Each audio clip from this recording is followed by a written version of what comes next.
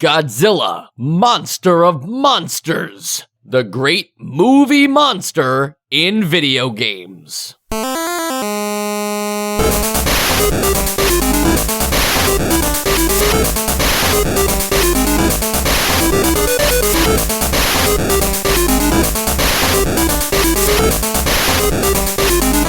And welcome to Nostalgia, a chronological exploration of every NES game released in North America. I'm Mike. I'm Sean. And I'm Joe. Joe, you want to give me your best impression of Godzilla's roar? Sure. Let's hear it. All right, here it is.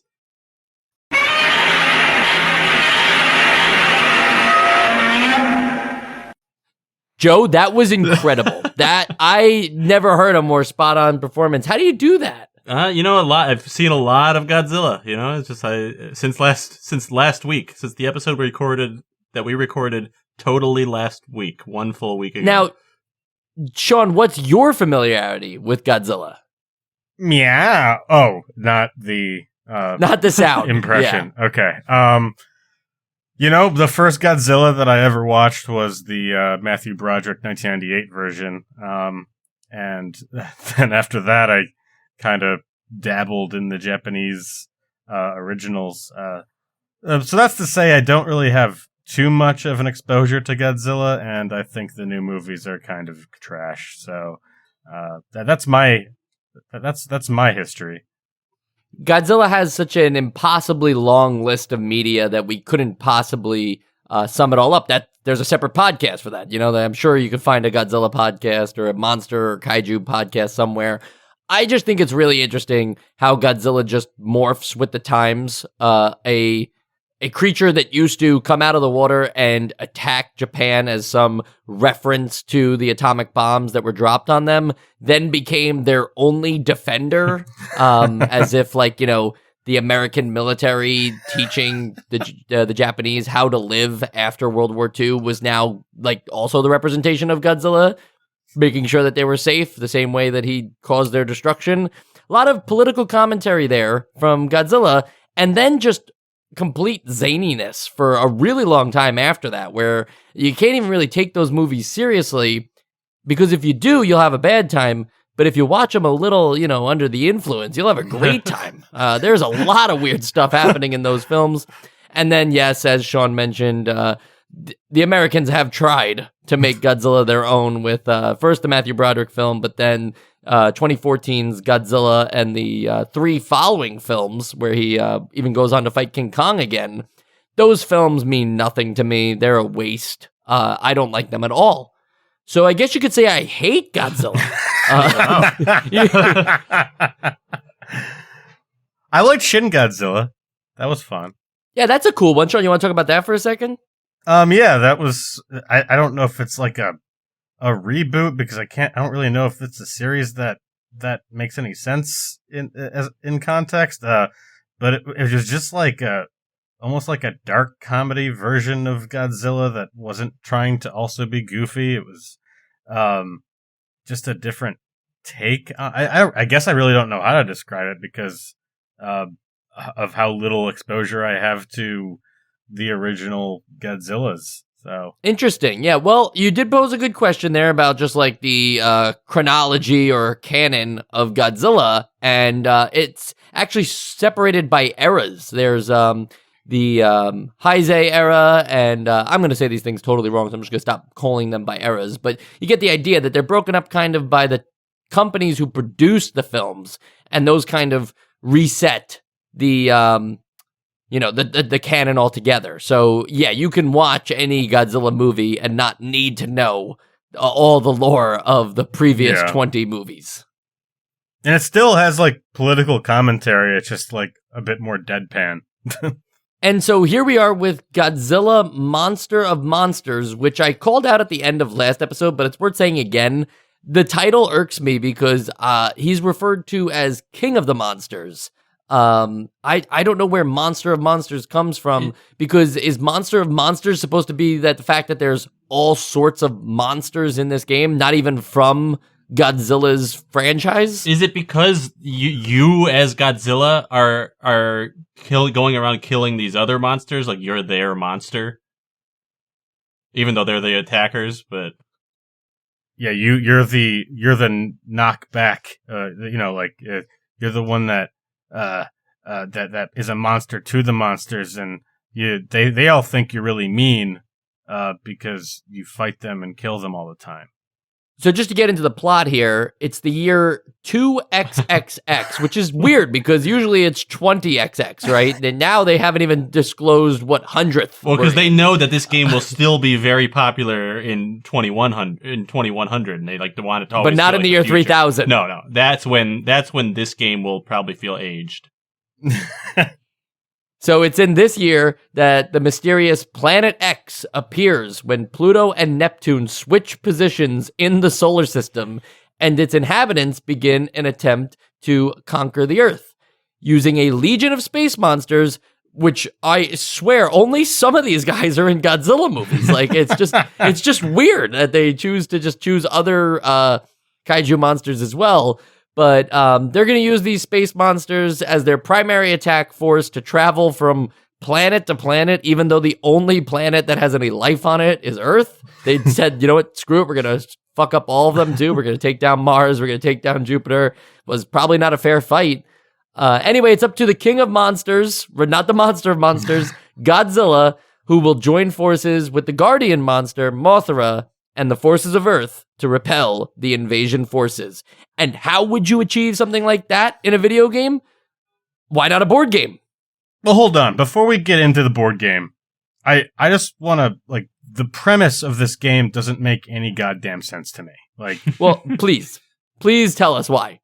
Because you've got Godzilla, and the good thing about kaiju stuff is it immediately gives you a setting to work with. You place your character next to big buildings, and it's already unique and a new experience in a video game. Minus maybe Rampage, but that's partially based on Godzilla. And then you've got this game where it would rather you play among giant rocks in desolate landscapes, and that just for some reason have tanks on them, even though it's apparently hundreds of years into the future. I don't know why they couldn't just recontextualize why you'd be fighting all these monsters into in cities. It's just a much more interesting looking area, I don't know. Oh, 100%. Well, it's also 100. to sort of kind of go off of that too. Is in these first few levels where you're fighting, just these rocks, and there are tanks and what look like fighter jets and like satellite dishes. You're not fighting us, right? It's not a military from Earth that we're fighting, right? We're fighting these other giant aliens. Do they just have mini people armies that they send too? Why are there these tiny little tanks? When then, later on, the levels are oh, there's more monsters and there's big things. But the first few levels, it's just it looks like Earth's defense forces forgot that you're on their side and just decided to attack you. It's very strange. So I really tried my hardest to break down what is the board game here. And we can go from here wherever you want, but I'm going to try to describe the whole game to the best of my ability. So this is what I wrote down and what I think ultimately describes how you play this game. Godzilla, Monster of Monsters, separates levels across multiple boards. The player controls the pieces of Godzilla and Mothra on the board and must eliminate the other monsters off the board in order to advance to the next board. Traveling between spaces on this board results in a short side-scrolling experience to simulate traveling your piece from one position to the next. When the player's pieces meet the monster's pieces that start a battle similar to a fighting game. What? Wait, are those your words? Those are my words. Why? The fighting game thing was funny. But... Well, I think it's similar. You're trying to think of the layout, right? So the first one is more of at first I thought it was going to be a shmup because of the Mothra levels, but it's really just more of a side-scrolling thing. But when you think about the way to describe these kaiju versus kaiju scenes, sure, it really is just health bars and just the two of you on the screen. I guess the boss battle. I was thinking the scrolling level. No, I get what you're saying then. Yeah, I'd say that's pretty accurate. So the board game aspect of it, like, do we think that this was necessary? Well, here's my first thought on that, Sean. I played by their rules first. I moved my pieces. I traveled through the side-scrolling levels. I approached the monsters. I fought them. And then I, paused the game for whatever reason, and I went out and did some stuff. And then when I came back, I said, why did I move at all? That was me taking damage. That was me coming to the monsters' fight weaker. Why don't I make them just come to me and refuse to move my pieces and have them come close? And I played the game that way instead, where the monsters approach me, I first kill them, and then I navigate through the side-scrolling levels to get to the other end of the board. Smart. I did not even think of that. Me neither. But that sort of illustrates where this. Okay, so on paper, this whole situation is very cool. Like adding tactics to your game and like having this almost meta game in terms of like, do I want to meet him on a battlefield that has like this layout or that layout, or like does positioning matter? Like, does he have an advantage if he attacks me? Do I have an advantage if I attack them? Do I have an advantage if my monsters are sort of flanking them? But the answer to all these questions is no.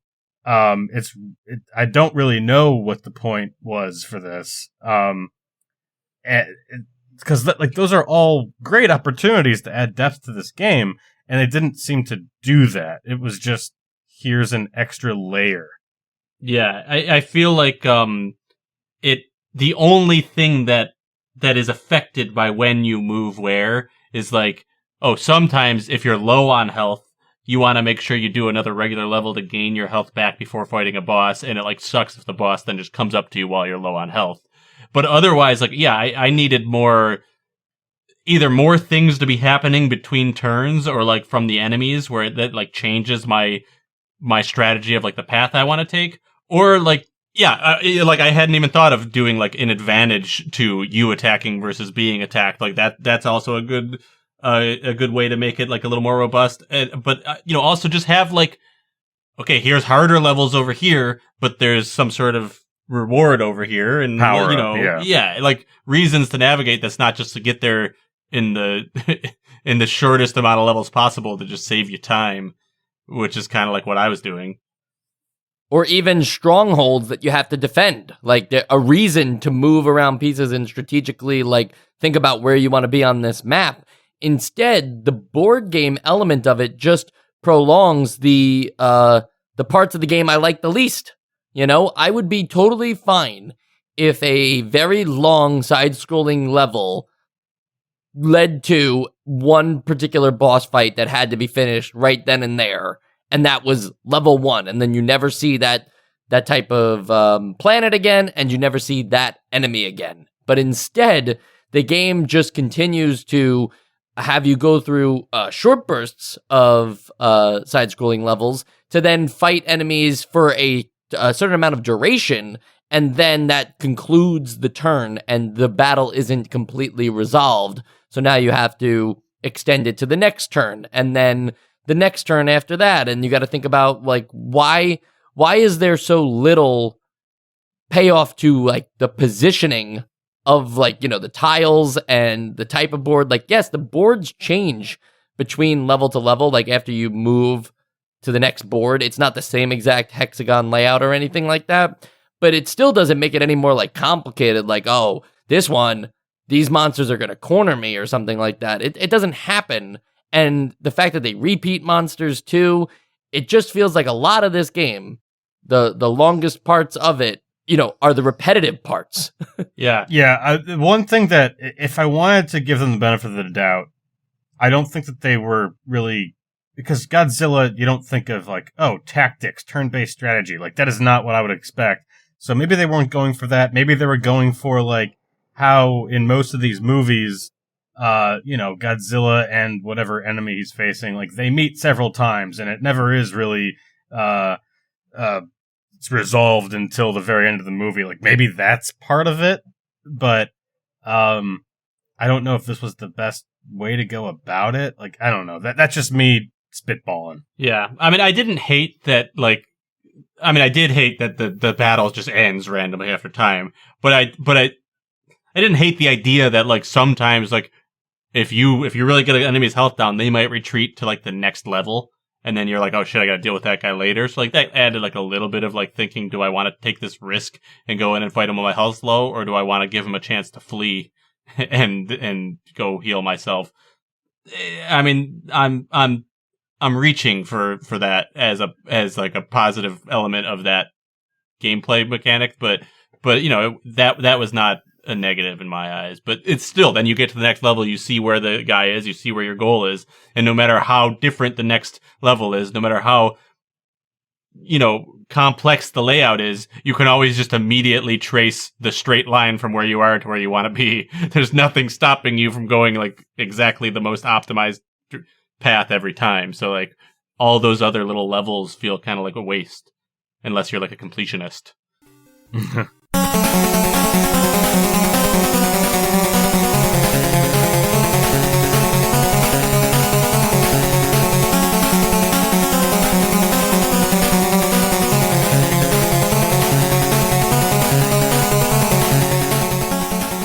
Godzilla is a massive, slow, destructive kaiju with atomic breath. How well does this game encapsulate those descriptions of Godzilla? Does it feel like you're playing as Godzilla when it's his turn? I guess the one thing that I think worked was just like how plotting he is. Less so in a, wow, this controls really poorly, and more like, okay, the jump is super long and, like, kind of short in comparison to a lot of other games. You move relatively slowly.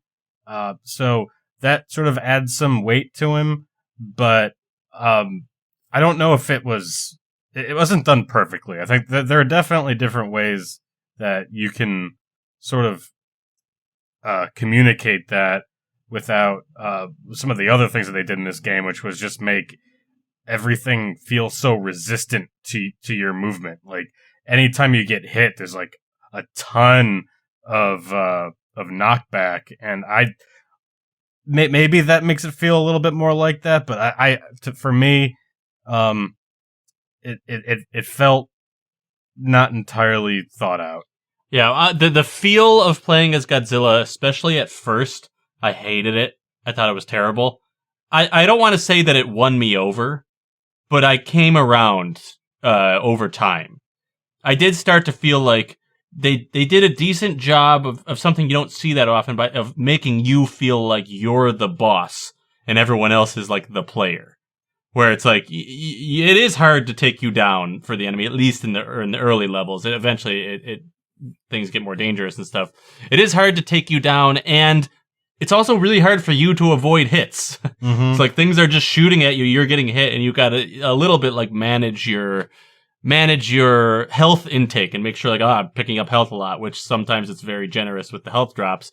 But like, I did feel like you're the boss in the sense that you're really powerful, but also in the sense that, like, you're not as agile as, like, the player normally is. You're kind of clunky in that sense, which is, like, what bothered me at first. One, because it felt like it was impossible for me to die in the first stage. That went away. It definitely felt possible to die when I died a lot later in later stages. But two, just because, yeah, you are just this big giant, the biggest target on the screen. Everything's attacking you, but you're also like the most dangerous thing on the screen. I would just argue that with Godzilla being hit by everything, that sounds great to me. Like, yeah, he's massive. You see all the times in the movies that the military throws everything they have at him. It's not that I think, he shouldn't be taking damage or anything. It's the knockback thing. Like, I've never seen Godzilla take a missile and be like, I gotta move 2 steps back to fight off that missile blow. It's like, in this game, especially because it does the side-scrolling thing where it locks you off from the area you just walked from, you're just always, when you get knocked back, you're kind of like put in a corner. And that's true of whether you're Godzilla or Mothra. You just kind of get stuck back at the, like, Mothra's even worse. Yeah, exactly. You get stuck at the closed portion of the side-scrolling map. You don't like get pushed forward or anything, which I argue could even be worse, honestly, because then it's like there's no consequence. But I would have taken more health damage than this knockback feature. I would have allowed that instead. Yeah, that was like, especially in some of the bosses where there's no way to really halt the other kaiju from moving towards you. Like you can't get spacing down because it's just sort of pushing into you. So that just means that you're gonna get locked into a corner for however long the AI decides to push into you before it retreats a little bit. Like it became that was just very frustrating. Yeah, I think particularly the one boss, which is like the easiest one. It's like that squid looking thing.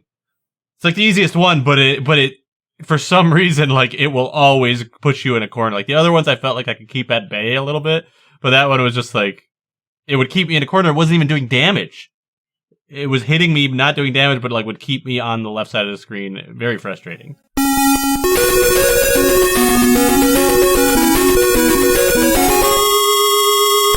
All right, so that's Godzilla. Now let's talk about Mothra for a second. Mothra was who I moved first. So when I was going through the side-scrolling levels, I actually thought, like, oh, maybe there'll be different kinds of levels, whether you're playing as Mothra or Godzilla, and Mothra had more of a giant Gradius feel, you know, like, oh, it's just a giant ship in a Gradius level, and maybe the Godzilla ones will be more like destruction-based and having to destroy everything in front of you, and there's just an onslaught, whereas Mothra might be more of a shmup. Mothra is not more of a shmup. That was me just reading into the situation way too early. Instead, it's the same kinds of levels and stuff, except for now you have the ability to fly and hover over or under a ton of stuff to just avoid it if you're lucky enough to not get stuck in a knockback loop. What did you guys think of Mothra?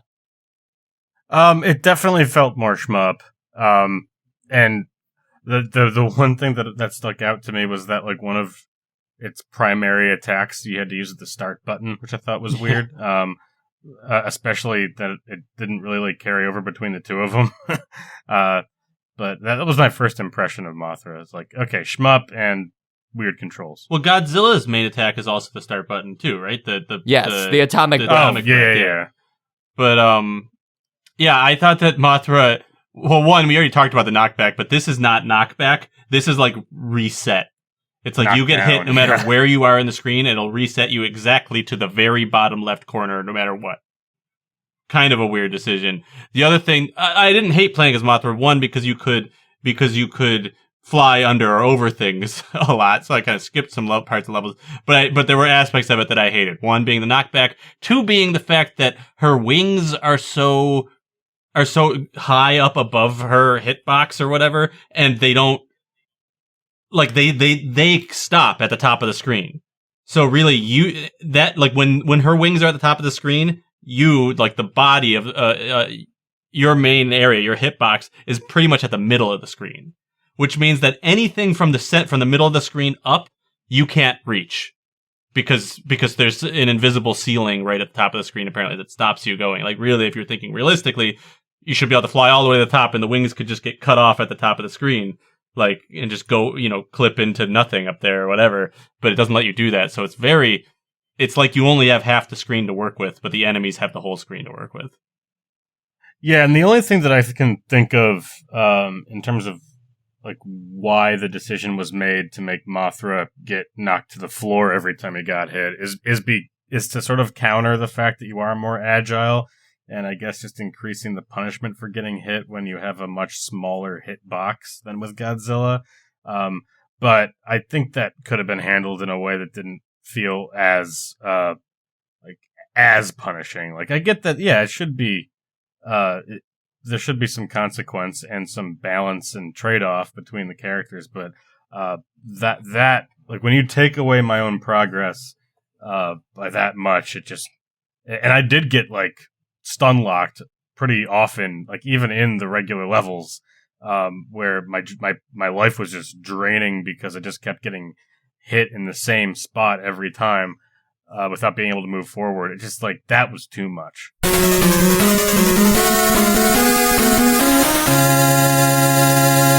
Let's get into those side-scrolling levels now that we've talked about how both characters control, because there's a couple of interesting features here. One is that the hexagon tiles are represented by a type of terrain, so you do have different landscapes that you will come across based on where you land. So if you go across these tiles, you'll have to complete their side-scrolling levels and, as one complete stage. So one thing that's really cool about that is that if you choose to move the maximum amount of spaces you can move a little further with Mothra than you can with Godzilla.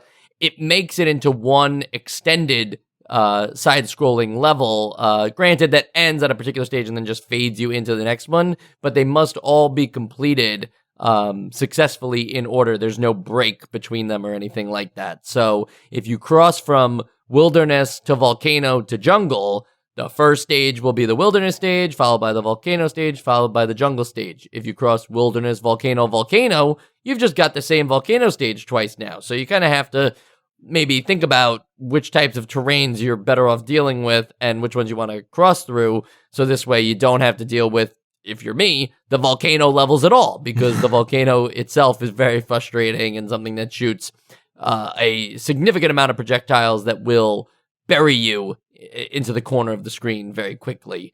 What did you guys think of, first, that mechanic for stacking on the amount of side-scrolling levels that you, the player, choose to take on? Well, I think that, theoretically, that adds a little bit of what we were complaining was missing, where it's there's a little bit of thought to go into, there's a little bit of purpose for all these different spots on the board, where you're well, there's the quickest path, but those are the hardest types of level, or I'm not good at that type of level, so maybe I could find a path where I don't have to do as many of those.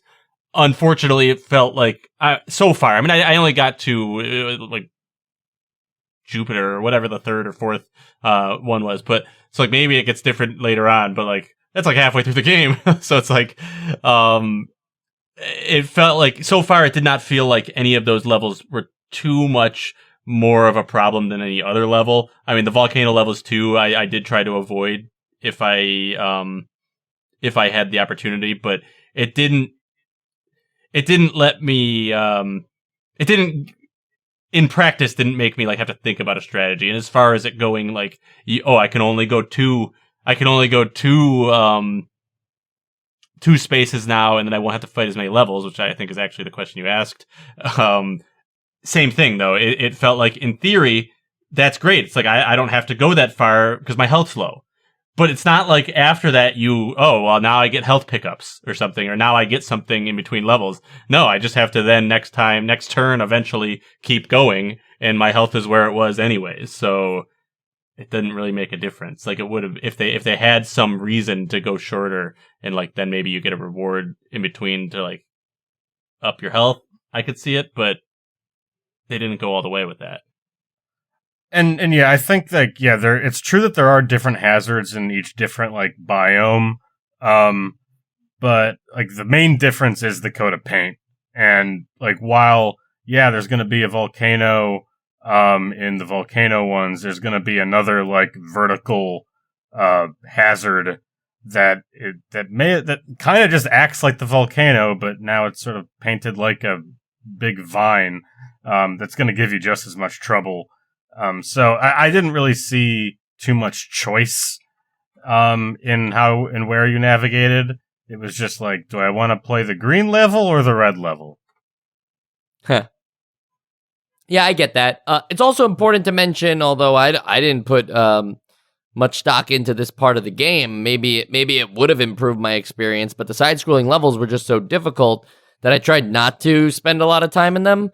But apparently, that's how you level up in this game, is by doing these side-scrolling levels and racking up points and then becoming a stronger monster, if you will, to take on the other monsters. That's only possible in the side-scrolling levels. I'm sure you also theoretically level up because it's point-based by defeating the monsters themselves, but it just won't bring the same amount of points that a side-scrolling level could bring. That is true. I didn't really put all that together at first. I thought I was just I'm on level 1. And then I realized that I was like still on level 1 after the first level. So, it's definitely like you can grind. And I think that if you let an enemy monster just sort of linger, it will also level up, if I'm not mistaken. But I don't know if that added enough depth for me to like, oh, that's why this is there. Yeah, because the grind is not particularly fun anyway. So, like, to then level up, like, yeah, you could say, well, you have the choice of sticking around and leveling up, or moving on and not being a high level. But sticking around and leveling up is kind of like the part of the game that I think would get really tedious if you're doing it more than you have to. So these side-scrolling levels lead up to the monster battles, which happen when your pieces and the enemy's pieces are next to each other, adjacent to each other on any particular hexagon space. It asks you if you want to fight this monster. I guess you do have the choice to say no, but you should. You should probably fight the monster unless you're like really low on health or something. These monster battles, I understand, Sean, the disconnect when I was describing the game that it's a fighting game. It's not, but I thought that was like the most apt way to describe it visually. However, these fighting, you versus the monster thing, I feel like they couldn't have tried any less to make these actual kaiju battles fun and exhilarating and feel like big, massive fights where, like, you punch this guy and he gets blown back or falls down and he punches you and then you're down. Instead, it just happens in this, like, blank black space between you and the monster, and it's just really if you're Mothra, it's like treating it like a shmup boss where you just shoot around it and try not to get hit by it. Or if you're Godzilla, you're just kind of trading off blows and hoping you have enough power to keep doing atomic breaths. Yeah, it was like, why would you, I understand that they're large sprites, but there are also large enemy sprites in the side-scrolling levels with backgrounds and stuff, but like, that's the only explanation that I can have for you to fight these giant monsters, like, not in some epic backdrop. It doesn't even have to be an epic backdrop, just like a color. Something. I definitely didn't. Yes, put some color on the screen. I didn't like understand that at all. Yeah, these were like just very basic boss battles. I mean, even like what is it, Moguera or something like that? Maguire? I don't know what the heck is that one monster. Yeah, Maguire. Maguire. Yeah. From accounting. Yeah, when you fight him, I noticed that I could just totally cheese it by just tail whipping. It would lock him in place. I could just tail whip. Even doing that, like, I'm just tail whipping over and over again. His health is just going down. He can't even move. Even doing that, though, I still can't beat him within the time limit. So then I gotta go back and just do it one more time because he's got like a little bit of health left. But it's like, I don't know. It's the same. What I was doing to him was the same thing that some of the other bosses do to me. Just like ram me into a corner, and it's like there's nothing I can do. I feel like I'm just hitting buttons, and sometimes his health's going down, and sometimes my health's going down. Well, good news. He's on every single planet. Great. It's like, you defeat him once, shame on him. You defeat him twice, shame on you.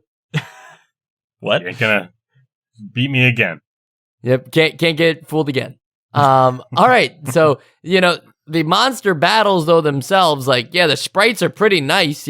Sean mentioned they were big. They're as big as Godzilla and Mothra. I'd love to believe that Varan or Hedorah or Baragon, like Gigan even, I mean, he's a huge Godzilla enemy, including, they even have Mecha-Godzilla and Ghidora in this game. I'm just listing off every freaking enemy at this point that you can fight in a boss fight. But the point being that, they don't really have like a wide variety of moves that makes these guys like super interesting. For the most part, it's punching and kicking or some kind of, projectile-based thing. Kind of underwhelming. I guess I really did just want like a choose-your-own-character fighting-style game where like you actually do have move sets, but we're just not there yet. Street Fighter 2 hasn't happened, so it'd be really strange if Godzilla Monsters of Monsters was the one that introduced the fighting game mechanics that everybody would come to love. What's the fighting game from the 90s where you're just a bunch of dinosaurs? The dinosaur fighting game. Do you remember this? That's tough. Dinosaur fighting game. Is there any dinosaurs in Killer Instinct? Nah, it wasn't Killer Instinct. And okay, well, sorry to get us off track, but like, no, it's fine. We should just guess dinosaur fighting games all the time. Primal Rage is what I'm getting. That's I think what it was. I liked that, and that's what I think this should have been. So that's the end of the episode right there. There you go. Essential. Okay, it could have been his vote for all we know. We do have a little more to talk about though, because you've got the boards, you've got the enemies. You do this one time. You have to do it a bunch of times. You do it on Earth. You do it on Mars. Also, wait, one thing about the Earth side-scrolling levels, there's like a giant planet in the background of some of those terrains. We're on Earth. When have you ever seen a giant planet in the distance? Maybe that's Planet X. Oh, wait, no, Planet X is farther away. Yeah, it switched Pluto and Neptune. Yeah. That's Big Moon. Oh, that's just Big Moon. Right, the moon got closer because now everything's out of whack. Pluto and Neptune have switched places, so the moon comes closer. Yes. Right, as it would. Yes, as it would. You have Earth, Mars, Jupiter, Saturn, Uranus, Pluto first, then Neptune, because otherwise the plot would be all out of whack. And then you get to Planet X, but none of this stuff feels all that different. You've seen most of the terrains by the second or third stage. Or board, if you will. And I don't know, they're just including more monsters each time. I don't think that is enough change, especially considering how long it takes to get to the monster fights, how adding additional monster fights to the board just increases the time that it takes to get to the next planet. At a certain point, you just experience fatigue in this game, and thankfully they include a password system. Yeah, I could only go through a couple of these stages, whether it was because I was dying or if I was just getting tired of the same stuff over and over. I think they could have they didn't have to make it like go planet by planet. They could have just had like, okay, here's Act 1, Act 2, Act 3, 3 boards. Do that instead of the same ones over and over. Yeah, I'm down for almost anything that improves the repetitiveness. Speaking of the password system, though, there are a lot of fun passwords that you can put in to get some cool stuff to happen. And yeah, some of them are just like random strings of letters and stuff like that. However, there are others that are just like actual words. Like, for instance, if you put in destroy all monsters with spaces between the words in password, that will create a unique board where you can fight all the final monsters. Oh, I didn't see that one. It's just you and all the monsters on one board, and not too many hexagon tiles between you and them. Oh, on a board. I was thinking you meant like a level where like all the monsters are like there's like a boss battle with all the monsters. This game can't even handle like 3 bullets on the screen at once. It's gonna handle all the monsters. That is true. It doesn't perform all that well. Yeah. But the other password that I liked was Ghidora. Just drops you into like some debug mode with weird music, and like it's on a board, but you can't interact with anything. Did you try that one? Yeah, I did see that one. Yeah, the debug mode for that one. The same kind of debug thing happens if you just leave the password blank and hit end to move on to the next thing. It takes you to a level without monsters. Oh, it's funny because I feel like that's something that you would easily stumble upon. Yeah. Right. That's how you start knowing, like, oh, I should try passwords. Like, I imagine what happens. I haven't put a password in yet, and this is happening. Imagine what happens when I start putting in passwords. They also have little abbreviations for each planet. So, like, for Jupiter, JUP. For Mars, MAR. If you just put in those 3-letter digit codes for each planet, that creates it starts you off in that particular planet, but at level 1. So if you want like a real challenge, you just do URA and you're in Uranus at level 1. Yeah. Get good. Also, there's a sound test mode if you put in sound as the password. So who doesn't like fun passwords? Look at this one. Start to end. If you have the thing called start to end, it shows you the opening and then the final scene. You don't have to play any of the game. You could just watch the story. That's a great password. Did you watch the end? I didn't watch the end. Did you watch the end? No, I was hoping you did. Okay. Well, the reason why I didn't watch the end is because I heard from a friend that there's a much more compelling and interesting story than the one presented in this game.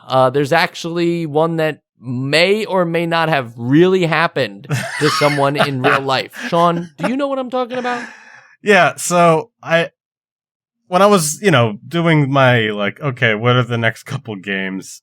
And, just doing some very cursory glances at Wikipedia, I was looking at the Wikipedia entry for Godzilla Monster of Monsters and saw that in popular culture, it described a creepypasta, which, for those not in the know, is just a spooky story that was originally told online and usually has something to do with pop culture, about this game. And there's these things are everywhere. They're written about everything with varying degrees of quality. So I wouldn't usually think anything of it, but this was on the Wikipedia page and has stayed on the Wikipedia page and wasn't removed due to it being not very pertinent. So I was like, okay, so this is apparently this is one of the most popular of these kinds of stories. And it details the story of a haunted version of this game that, of course, was found secondhand by a dude. I don't know if it's in high school or college or he's an adult. I don't know. But he found it in the year 2006, and it looked like a regular copy of Godzilla Monster of Monsters, but when he started playing it, he noticed that it was glitching out on him in the bosses. And it's it's fading into blood, and now the HUD is getting all messed up. It's this is a weird version, but no, wait. Now there's new monsters. Some monsters that hadn't even been released yet. That's kind of weird, isn't it? Maybe this is a prototype version, or maybe this is a ROM hack. And so basically this thing keeps escalating to where the game is actually sentient. There's a monster in it called Red, and there's some really great amateur writing where it turns out that halfway through he needs to bring up a story that happened earlier in his childhood that was really traumatic about his girlfriend getting hit by a car, and then it turns out that his girlfriend is actually trapped inside the game, and then this red guy kills all the monsters, and then he when he's playing the game he actually has he can't physically take the controller out of his hand because he's got some mind stuff going on, and now the game is asking him questions about if he wants to hurt people, and it really is a fascinating read with some really goofy fake screenshots. And if you're in the mood for some real amateur hour writing, I would look this up. It's a lot of fun, and it is a little weird at times, but it's too funny to be actually scary. Yeah, I don't even know where to go from there. That is incredible.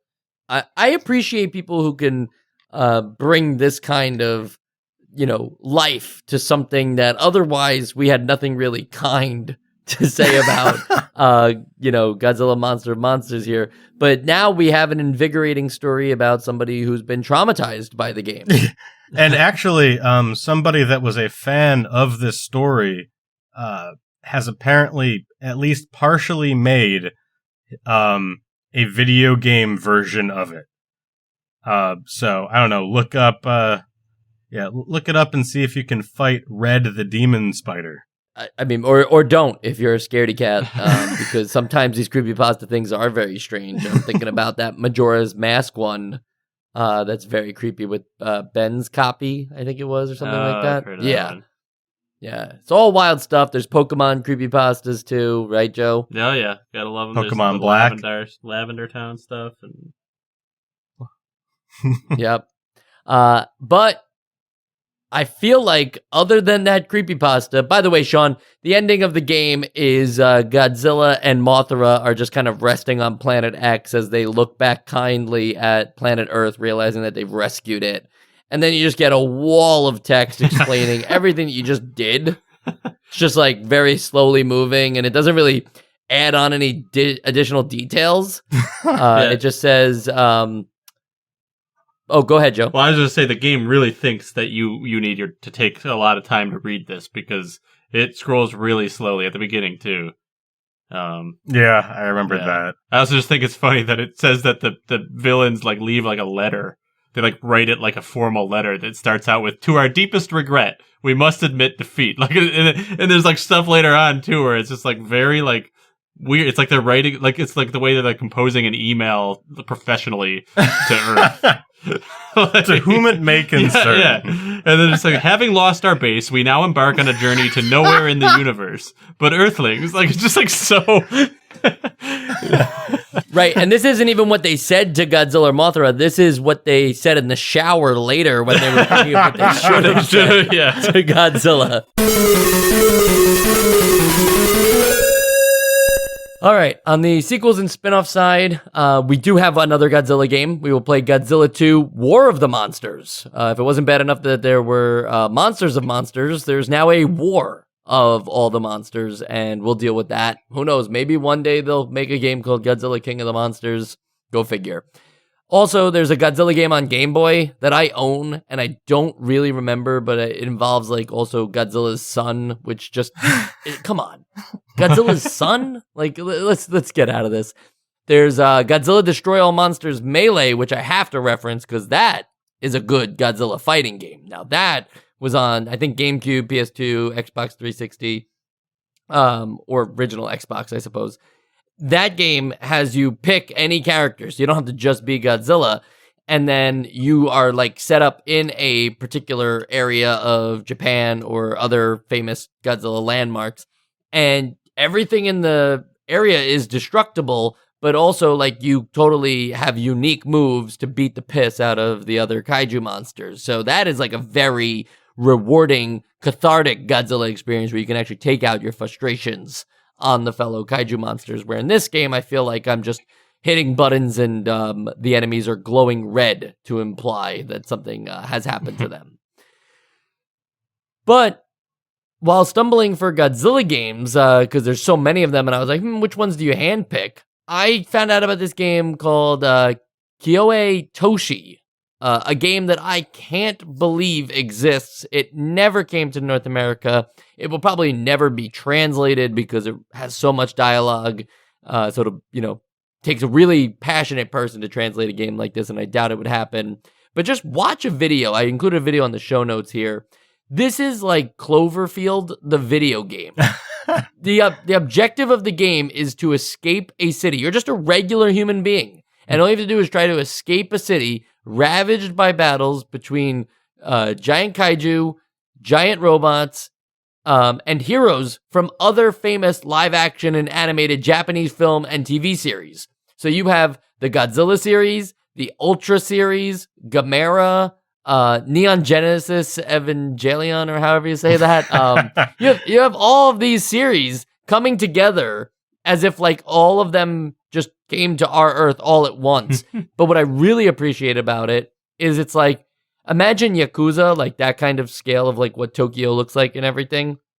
But then the actual kaiju or Ultraman, for instance, like are actually giant and massive, and you just can't comprehend the scale. I think it really puts in perspective just how fucked we'd all be if this happened in real life. Because, while the game doesn't really damage the main player, it causes a lot of destruction to Tokyo in a meaningful way. So I was really surprised by this game. Sean and Joe, I know I just sent you guys a video, so you haven't had too much time to digest, but any thoughts here on this? I'm looking at it now. It looks scary, but did you say you can't get damaged? Well, no, you just don't face the same kind of repercussions that like the environment, like you could be like, get fire breathed on and you're going to live, it's like you'll take some damage. Right. Yeah, I like this kind of stuff. Like I liked the original Cloverfield and that whole like the focus being to the periphery of a disaster like this, or a giant monster disaster specifically. So no, I dig it. I'd play a translation if it ever came out.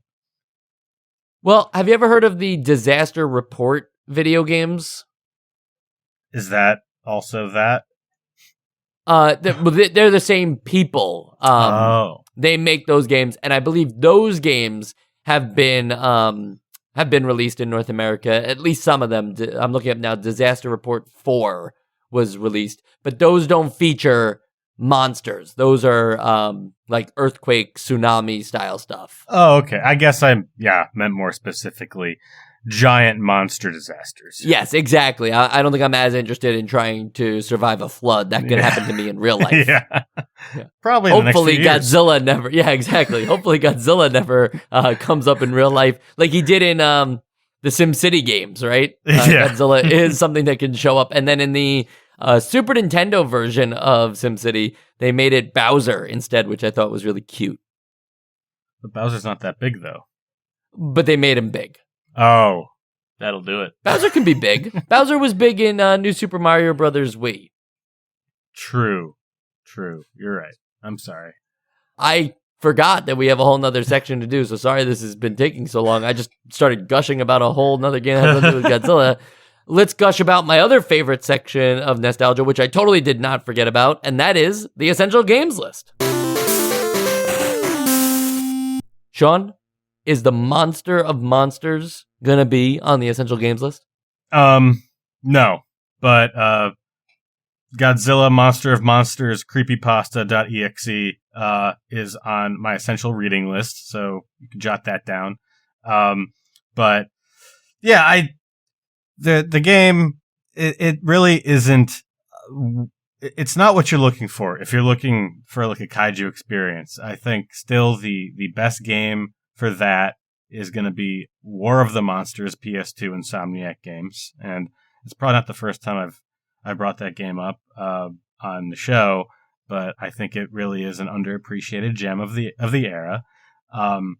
And I imagine that Mike had that fighting game, like a recommendation for that if you're looking for some true Godzilla stuff.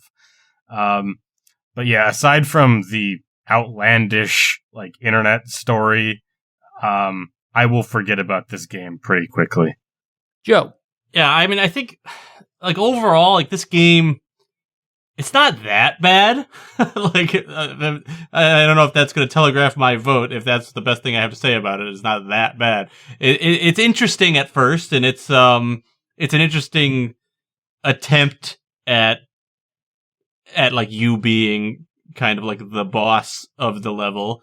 But there's just way too many flaws, way too many problems. I mean, the knockback we talked about, the game can't even like handle itself. And a lot of times we didn't really get too much into that, but there's a lot of lag in this game. I had it crash on me once, had to start over. I don't know if you guys experienced anything like that, but like that stuff aside, the gameplay itself, it gets a little tedious. It gets it gets a little frustrating that you can't avoid attacks as Godzilla pretty much at all, or it's very hard. Some attacks you definitely can't avoid, which like could, I think, be done right in a way that's fun, but they got a lot of work to do to get this to a place where I don't get bored of it or frustrated with it after a few levels. So I'm going to say not essential. Okay. And the only thing I really have to add here is just that they really did our boy dirty here. Our boy being Godzilla.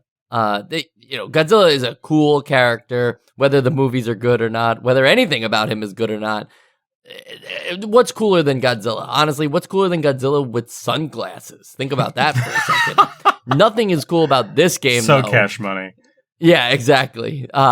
This game, though, I would say I actually think it's worse than it is.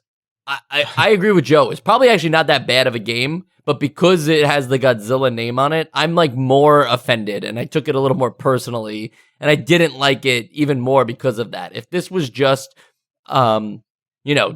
unnamed monsters that you played up against in this board game style thing, maybe I would have been a little more okay with it. But for Godzilla, I just feel like there's so much more we could have done here. So to wind up with this, just a little bizarre. But that's what nostalgia is, right? We're always covering bizarre titles and bizarre spins on titles. Look no further than Back to the Future for a bizarre spin on a hit movie. Next week, Jeopardy Jr., and maybe a bizarre spin on Jeopardy. What's the junior part? We'll find out. Is it that Jeopardy gave birth to a son?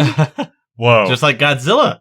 Or is it more likely that it's kids' questions? Oh yeah, Godzilla gave birth to a son, so why not? Also, we have another show called Nostalgia Bites. It's just something I kind of like to plug every single episode to. If you've heard it 1,000 times, just turn off the episode now because I'm literally not going to say anything important from this point forward. But it's a show called Nostalgia Bites, and we're doing Tower of Druaga this month. We have a bunch of other episodes that you can do if you just check out the patreon.com/nostalgia. And now for the most important piece of information. No, just kidding. See, I was saying if you stick around and you're like, oh, you might say something important. Yeah, now that we got the true fans here, we can talk. Yeah. Joe actually has an announcement, though. Yeah. We'll be doing Jeopardy Jr. next week. I will be on that episode. Oh.